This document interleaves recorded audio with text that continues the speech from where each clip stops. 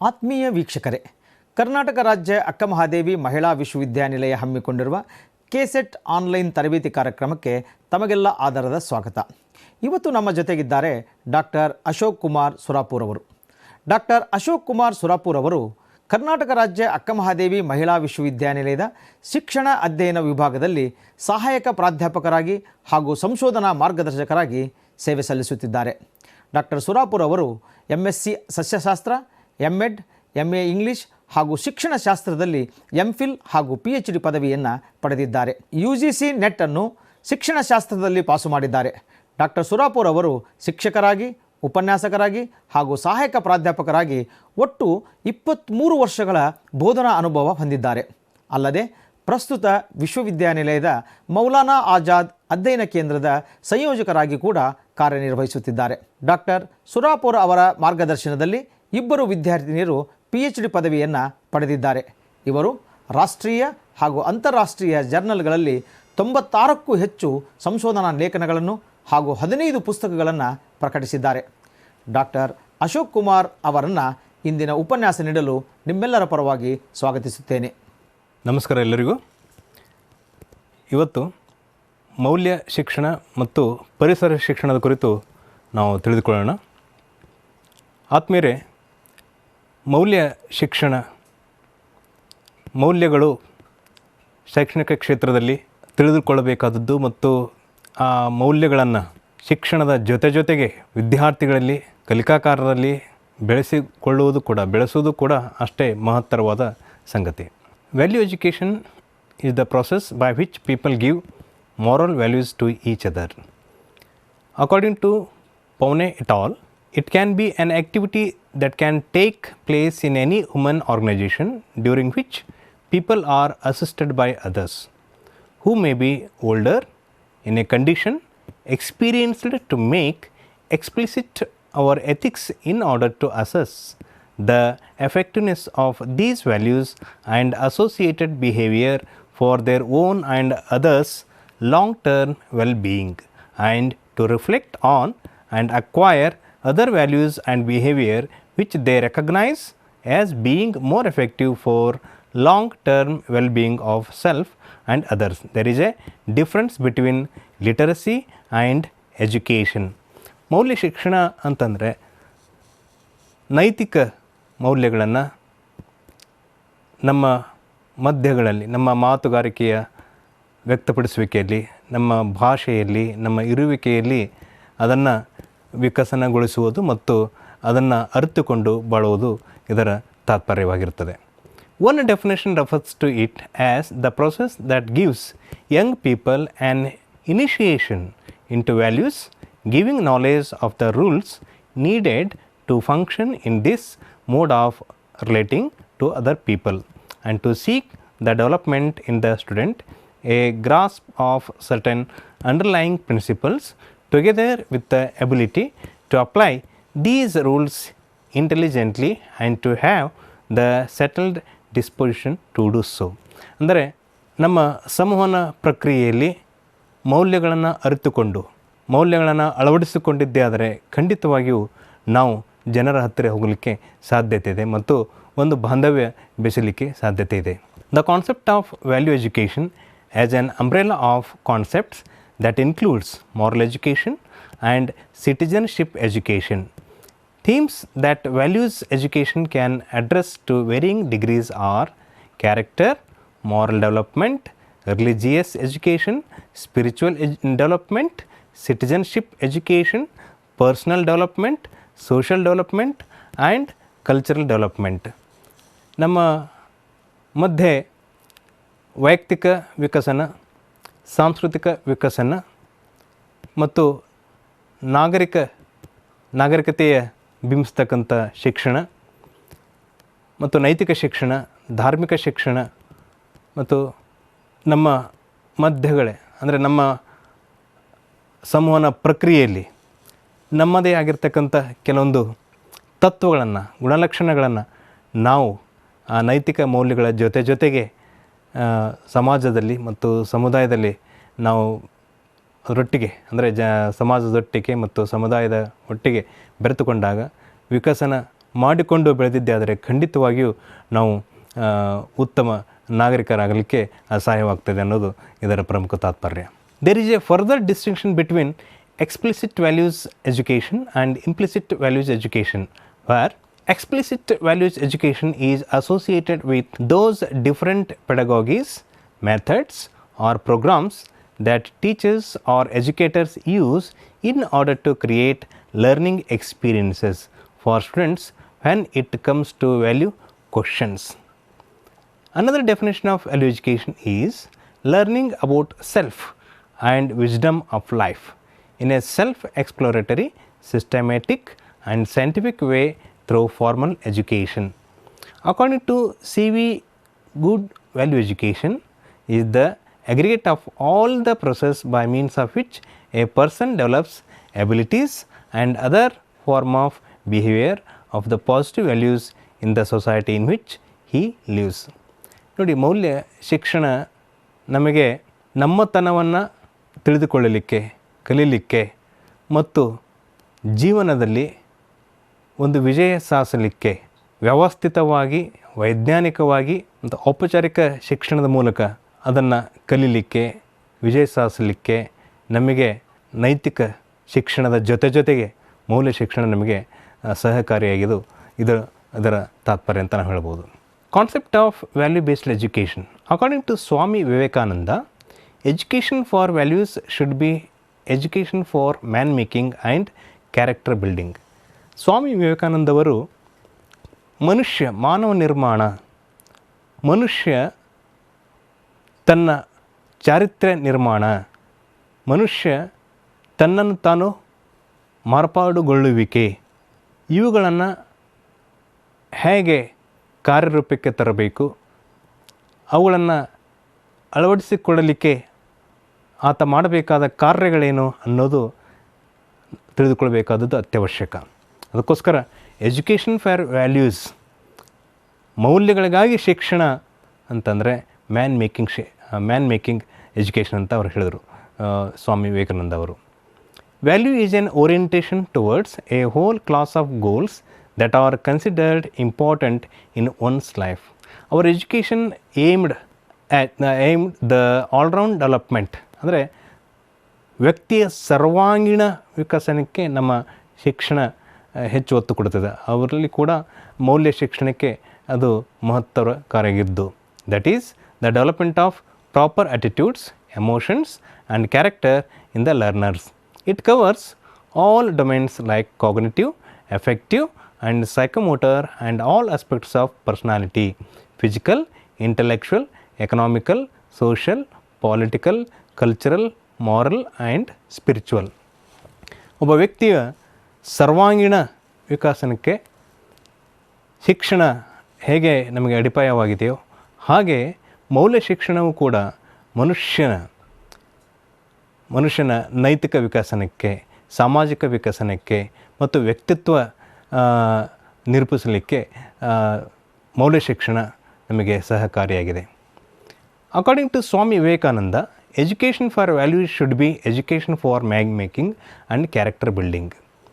Man making education means the development of one's personality with the consciousness that one must be a responsible and purposeful servant of his community. Tagore, Mahatma Gandhi, Sri Aurobindo, Dr. S. Radhakrishnan and all other thinkers and educationists laid special emphasis upon the development of spiritual aspects and values through education. Each and every person of the society should be conscious about accountability to himself or herself, to the parents and family, to his or her neighbors, to the society and moreover to the God.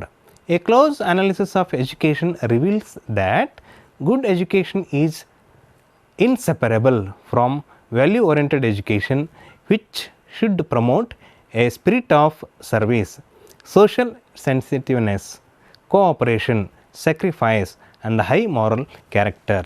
Such an education consists of, ಈ ರೀತಿಯ ಶಿಕ್ಷಣದ ವ್ಯವಸ್ಥೆಯು man making and character building program, the training of mind, body and soul. ಮನುಷ್ಯನ ಮನಸ್ಸಿಗೆ, ದೇಹಕ್ಕೆ ಮತ್ತು ಆತ್ಮಕ್ಕೆ ಶಿಕ್ಷಣ ಕೊಡ್ತಕ್ಕಂಥ ತರಬೇತಿ ಕೊಡ್ತಕ್ಕಂಥದ್ದೇ ಇದರ ಪ್ರಮುಖ ಉದ್ದೇಶ. The quest for those nobler aims that integrate culture and technology. The hunt for the goal which liberates man from fear, inertia, ignorance, greed and superstition. Now coming to the aims of value-based education. Personal growth leading to enhanced self-concept is the key principle of value-based education. ಸ್ವಪರಿಕಲ್ಪನೆ ಮತ್ತು ಸ್ವವಿಕಸನಕ್ಕೆ ಬೆಳವಣಿಗೆಗೆ ನಮ್ಮ ಶಿಕ್ಷಣದ ಪ್ರಮುಖ ಮೌಲ್ಯಾಧಾರಿತ ತತ್ವವಾಗಿರಬೇಕು ಅನ್ನೋದು ಇದರ ಪ್ರಮುಖ ಉದ್ದೇಶ. The chief aim of the value based education is to achieve maximum purified human resource development so as to improve our total life. Divinity of man and the unity of existence are the basis of value education. So the manifestation of divinity through the refinement of feeling along with the development of intellectual and motor abilities is the ultimate objective of value based education. The important and ultimate aim of value based education is to nourish a socially acceptable person, that is citizen, so as to making him or her able to discharge his or her duties as viceroy of God. It accentuates to train them to maintain a good relationship with their fellow creatures, including human being, with the nature, that is the environment, and with the creator. So ಇಲ್ಲಿ ಮನುಷ್ಯ ಜೀವನದಲ್ಲಿ ವಿಕಾಸ ಹೊಂದಬೇಕು ಅಂತಂದರೆ ನೈತಿಕ ಶಿಕ್ಷಣ ಮತ್ತು ಸಾಂಸ್ಕೃತಿಕ ಮತ್ತು ಸ್ವಪರಿಕಲ್ಪನೆಗಳೊಂದಿಗೆ ಮೌಲ್ಯಗಳನ್ನು ಅಳವಡಿಸಿಕೊಂಡು ಉತ್ತಮ ನಾಗರಿಕನಾಗಲಿಕ್ಕೆ ಆತ ಬಯಸ್ತಾ ಇರಬೇಕು ಅನ್ನೋದು ಅದರ ಒಂದು ತಾತ್ಪರ್ಯ. Methodology of teaching values. ಹಾಗಾದರೆ ಈ ಮೌಲ್ಯಗಳನ್ನು ಕಲಿಸುವ ವಿಧಾನಗಳು ಯಾವುವು? There is an old saying that values are to be caught and not to be taught. If there is a value based ideal and moral society, it may be correct. The growing generation will get ample situation to see and practice a moral life. They can catch values of elderly people, and either by imitation or by special efforts they can develop appropriate values accepted and respected in the society. But it is not the present condition, so values have to be taught as well as caught. The Swiss psychologist Jean Piaget, Lawrence Kohlberg, so many other psychologists and educationists have put forward various methods for inculcating values among students. Value education is a matter of training of the heart and consists in developing the right feelings and emotions. We should realize that value education is a complex process which involves developing the ability to think in terms of values, the ability to do the right thing, and also the ability to feel the emotions. So ಈಗ ಪರಿಸರ ಶಿಕ್ಷಣ ಕುರಿತು ನಾವು ತಿಳ್ಕೊಳ್ಳೋಣ.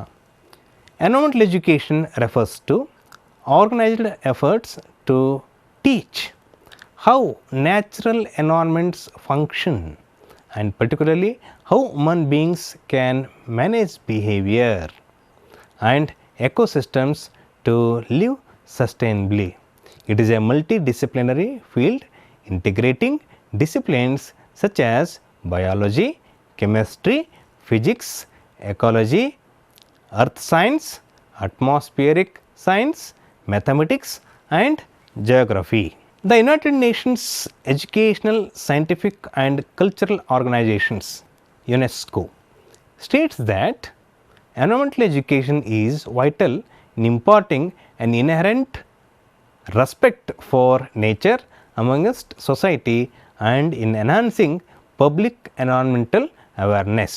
UNESCO emphasizes the role of environmental education in safeguarding future global developments of societal quality of life.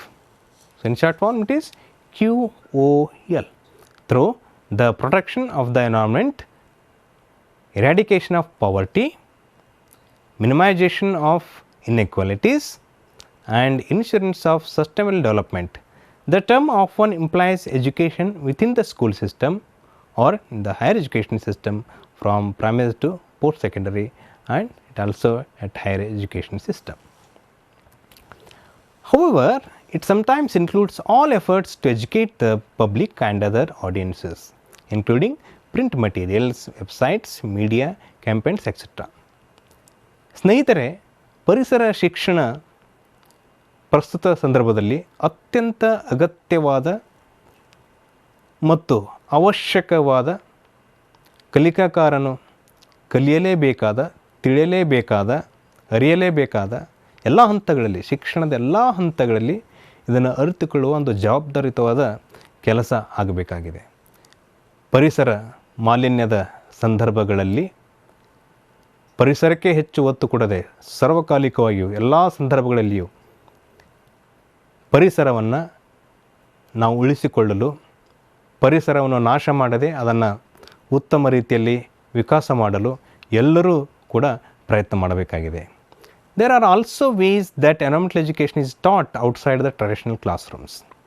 ಕೇವಲ ತರಗತಿಯ 4 ಗೋಡೆಗಳ ಮಧ್ಯೆ ಅದನ್ನು ಒಂದು ವಿಷಯವನ್ನಾಗಿ ಬೋಧಿಸದೆ ತರಗತಿಯ ಆಚೆಗೆ ಕೂಡ ಪರಿಸರ ಶಿಕ್ಷಣವನ್ನು ಸಾರ್ವಜನಿಕವಾಗಿ ನಾವು ಮುಕ್ತವಾಗಿ ಅದರ ಅರಿವು ಮೂಡಿಸುವತ್ತ ನಾವು ಕೆಲಸ ಮಾಡಬೇಕಾಗಿದೆ.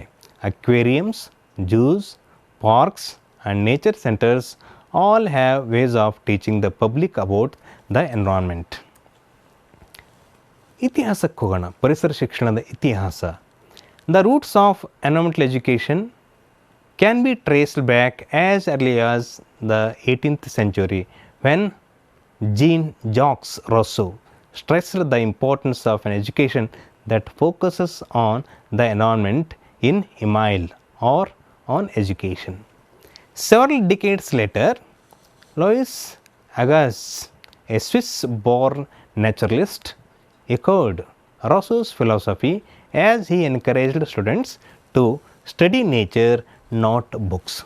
ಕೇವಲ ಪಠ್ಯ ಪುಸ್ತಕಗಳನ್ನು ಕಲಿತು ಅದಕ್ಕೆ ಮಾತ್ರ ಸೀಮಿತವಾಗಿರದೆ ವಿದ್ಯಾರ್ಥಿಗಳು, ಕಲಿಕಾಕಾರರು, ಸಾರ್ವಜನಿಕರು ಮತ್ತು ಜ್ಞಾನವನ್ನು ಪಡೆಯಬೇಕೆಂಬ ಒಂದು ವಿಚಾರದಲ್ಲಿದ್ದವರು, ಅದರ ಆಶೆಯನ್ನು ಹೊತ್ತುಕೊಂಡು ಇರುವವರು, ಅದರ ಆಚೆಗೆ ನಮ್ಮ ನೈಸರ್ಗಿಕ ವಿಕೋಪಗಳಿಗೆ ಕಡಿವಾಣ ಹಾಕುವ ರೀತಿಯಲ್ಲಿ ನೈಸರ್ಗಿಕವಾಗಿ ನಾವು ಮಾಡಲೇಬೇಕಾದ ಪರಿಸರವನ್ನು ಕಾಪಾಡಿಕೊಳ್ಳಲು ನಾವು ಹಮ್ಮಿಕೊಳ್ಳುವ ಕೆಲಸ ಕಾರ್ಯಗಳ ವಿಕಾಸನಕ್ಕಾಗಿ ನಾವು ಈ ಪರಿಸರ ಶಿಕ್ಷಣವನ್ನು ಕಲಿಯಲೇಬೇಕಾಗಿದೆ.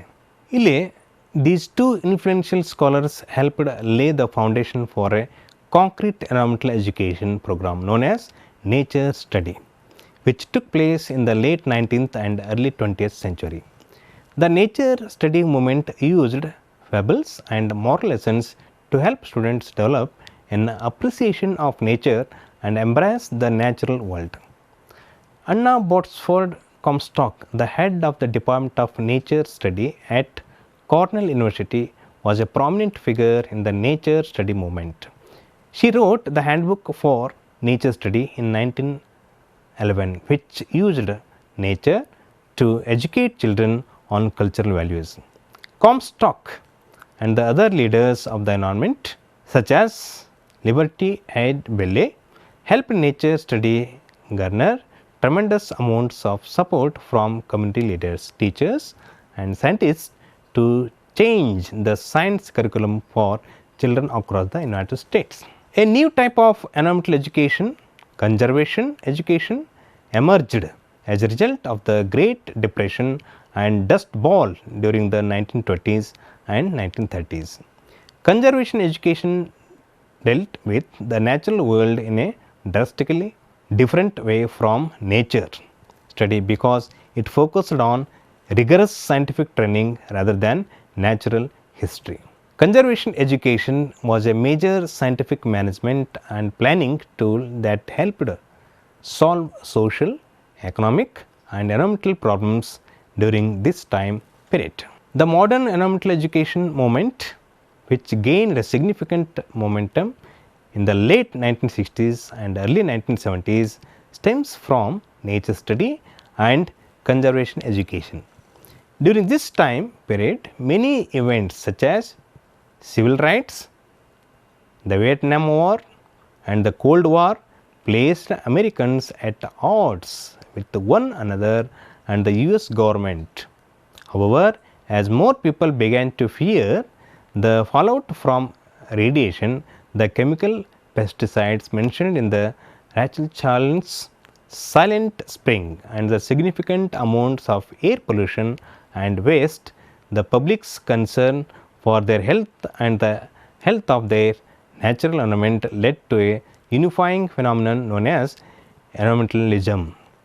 Environmental education was born of the realization that solving complex local and global problems cannot be accomplished by politicians and experts alone, but requires the support and active participation of an informed public in their various roles as consumers, voters, employers, and business and community leaders. ಆತ್ಮೀಯರೇ, ಸಮಾಜದ ದೇಶದ ಪ್ರತಿಯೊಬ್ಬ ನಾಗರಿಕನು ಈ ಪರಿಸರ ಶಿಕ್ಷಣ ಜಾಗೃತಗೊಳಿಸುವಲ್ಲಿ ನಾವು ಸಾಕಷ್ಟು ರೀತಿಯಲ್ಲಿ ನಮ್ಮನ್ನು ನಾವು ತೊಡಗಿಸಿಕೊಳ್ಳಬೇಕಾದದ್ದು ಅತ್ಯವಶ್ಯಕವಾಗಿದೆ. ಪರಿಸರವನ್ನು ಕಾಪಾಡಿಕೊಳ್ಳಲು ನಮ್ಮ ಅಹಂಗಳನ್ನು, ನಮ್ಮ ಅಹಂಕಾರಗಳನ್ನು ಬದಿಗಿಟ್ಟು, ನಮ್ಮ ಸ್ಥಾನಮಾನಗಳನ್ನು ಬದಿಗಿಟ್ಟುಕೊಂಡು ನಾವೆಲ್ಲರೂ ಕೂಡ ಒಟ್ಟಾರೆಯಾಗಿ ಪರಿಸರವನ್ನು ಉಳಿಸಿಕೊಳ್ಳಲು ಮತ್ತು ಅದರ ಅವನತಿಯಿಂದ ಆಗ್ತಕ್ಕಂಥ ಅನಾನುಕೂಲತೆಗಳನ್ನು ಹೋಗಲಾಡಿಸುವಲ್ಲಿ ನಾವೆಲ್ಲರೂ ಒಟ್ಟಾರೆಯಾಗಿ ಕೈಜೋಡಿಸಬೇಕಾಗಿದೆ ಮತ್ತು ಅದರ ವಿಕಾಸನೆಗೆ ಹೋರಾಟ ಮಾಡಬೇಕಾಗಿದೆ. Renewable Energy Education REE is a relatively new field of education. The overall objectives of REE pertain to giving a working knowledge and understanding of concepts, facts, principles and technologies for gathering the renewable sources of energy. Based on these objectives, the role of a renewable energy education programs should be informative, investigative, educative and imaginative. Renewable energy education should be taught with the world's population in mind, as the world will run out of non-renewable resources within the next century. Renewable energy education is also being brought to political leaders as a means of getting more sustainable development to occur around the globe. This is happening in the hopes that it will uproot millions of people out of poverty and into a better quality of life in many countries. Renewable energy education is also about bringing awareness of climate change to the general public as well as an understanding of the current renewable energy technologies. An understanding of the new technologies is imperative to get them streamlined and accepted by the vast majority of the public. On June 19-14 in 2013, the 7th World Environmental Education Congress was held in Marrakesh, Morocco. The overall theme of the conference was environmental education and issues in cities and rural areas, seeking greater harmony, and incorporated 11 different areas of concern. The World Environmental Education Congress had 2,400 members representing over 150 countries. This meeting was the first time ever that it had been held in an Arab country and was put together by two different organizations, the Muhammad VI Foundation for Environmental Protection and the World Environmental Education Congress Permanent Secretariat in Italy. Topics addressed at the Congress include stressing the importance of environmental education and its role to empower, establishing partnerships to promote environmental education, how to mainstream environmental and sustainability, and even how to make universities greener. ವಿಶ್ವವಿದ್ಯಾನಿಲಯಗಳಲ್ಲಿ, ಉನ್ನತ ಶಿಕ್ಷಣದ ಸಂಸ್ಥೆಗಳಲ್ಲಿ ನಾವು ಪರಿಸರವನ್ನು ಕಾಪಾಡಿಕೊಳ್ಳಲು ತೆಗೆದುಕೊಳ್ಳಬೇಕಾದ ವಿಷಯಾಧಾರಿತ ಬೋಧನೆಯ ಜೊತೆಗೆ ಇರುವ ಎಲ್ಲ ವಿದ್ಯಾರ್ಥಿಗಳಿಗೂ, ಎಲ್ಲ ಸ್ತರದ ವ್ಯಕ್ತಿಗಳಿಗೂ ನಾವೆಲ್ಲರೂ ಆ ಇಡೀ ವಾತಾವರಣವನ್ನು ಹಸಿರಿನನ್ನಾಗಿ ಮಾಡಿಕೊಳ್ಳಲು ಯಾವ ಕಾರ್ಯಗಳಲ್ಲಿ ತೆಗೆದುಕೊಳ್ಳಬೇಕು, ಯಾವ ಕಾರ್ಯಗಳಲ್ಲಿ ನಾವು ತೊಡಗಿಸಿಕೊಳ್ಳಬೇಕು ಅನ್ನೋದನ್ನು ತಿಳಿದುಕೊಳ್ಳಬೇಕಾದದ್ದು ಇದರ ತಾತ್ಪರ್ಯ. Stockholm declaration. June 5th to 16th, 1972, the Declaration of the United Nations Conference on the Human Environment. The document was made up of 7 proclamations and 26 principles to inspire and guide the peoples of the world in the preservation and enhancement of the human environment. Belgrade Charter. From October 13 to 22, 1975, the Belgrade Charter was the outcome of the international workshop on environmental education held in Belgrade, Yugoslavia. Now it is called as Serbia. The Belgrade Charter was built upon the Stockholm Declaration and adds goals, objectives, and guiding principles of environmental education programs. It defines an audience for environmental education which includes the general public. ಸಾಮಾನ್ಯ ಸಾರ್ವಜನಿಕರನ್ನು ಬಳಸಿಕೊಂಡು Stockholm declaration ಅಲ್ಲಿ ಪರಿಸರನ ಬೆಳೆಸಲು ಮತ್ತು ಉಳಿಸಿಕೊಳ್ಳಲು ತೆಗೆದುಕೊಳ್ಳಬೇಕಾದ ಮುಂಜಾಗ್ರತಾ ಕಾರ್ಯಕ್ರಮಗಳ ಕುರಿತು ಅಲ್ಲಿ ಚರ್ಚಿಸಲಾಯಿತು. ಅದರ ಹಾಗೆ ಬಿಲ್ಸಿ declaration. October 14 to 26, 1977, the Bilsi Declaration noted the unanimous accord in the important role of environmental education in the preservation and improvement of the world's environment, as well as in the sound and balanced development of the world's communities. The Bilsi Declaration updated and clarified the Stockholm Declaration and the Belgrade Charter by including new goals, objectives, characteristics, and guiding principles of environmental education. Later that decade, in 1977, the Intergovernmental Conference on Environmental Education in Tbilisi, Georgian SSR, Soviet Union, emphasized the role of environmental education in preserving and improving the global environment and sought to provide the framework and guidelines for environmental education. The conference laid out the role, objectives, and characteristics of environmental education and provided several goals and principles for environmental education.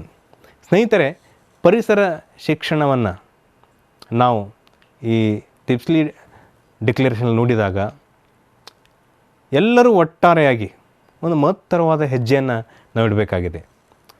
ಈ ಪರಿಸರವನ್ನು ಕಾಪಾಡಿಕೊಳ್ಳಲು ಮತ್ತು ಜಾಗತಿಕ ಮಟ್ಟದ ಪರಿಸರವನ್ನು ಬೆಳೆಸಿಕೊಂಡು ಆಗ್ತಕ್ಕಂಥ ನೈಸರ್ಗಿಕ ಬದಲಾವಣೆಗಳನ್ನು ಗಮನದಲ್ಲಿಟ್ಟುಕೊಂಡು ಎಲ್ಲರೂ ಕೇವಲ ಉನ್ನತ ಶಿಕ್ಷಣದಲ್ಲಿರ್ತಕ್ಕಂಥ ವ್ಯಕ್ತಿಗಳಾಗಲಿ, ವಿದ್ಯಾರ್ಥಿಗಳಾಗಲಿ, ಅಥವಾ 4 ಗೋಡೆಯ ಮಧ್ಯೆ ಕೂತ್ಕೊಂಡು ಪುಸ್ತಕಗಳನ್ನು ಓದಿ ತಿಳಿದುಕೊಳ್ಳುವ ಒಂದು ಚಟುವಟಿಕೆಗಳಿಗೆ ತೊಡಗಿಸಿಕೊಳ್ಳದೆ ಈ ಪರಿಸರವನ್ನು ಕಾಪಾಡಿಕೊಳ್ಳೋಣ ಅಂತ ಹೇಳಿ ನಾನು ನನ್ನ ವಿಷಯವನ್ನು ಇಲ್ಲಿಗೆ ಪೂರ್ಣವಿರಾಮ ಮಾಡುತ್ತೇನೆ.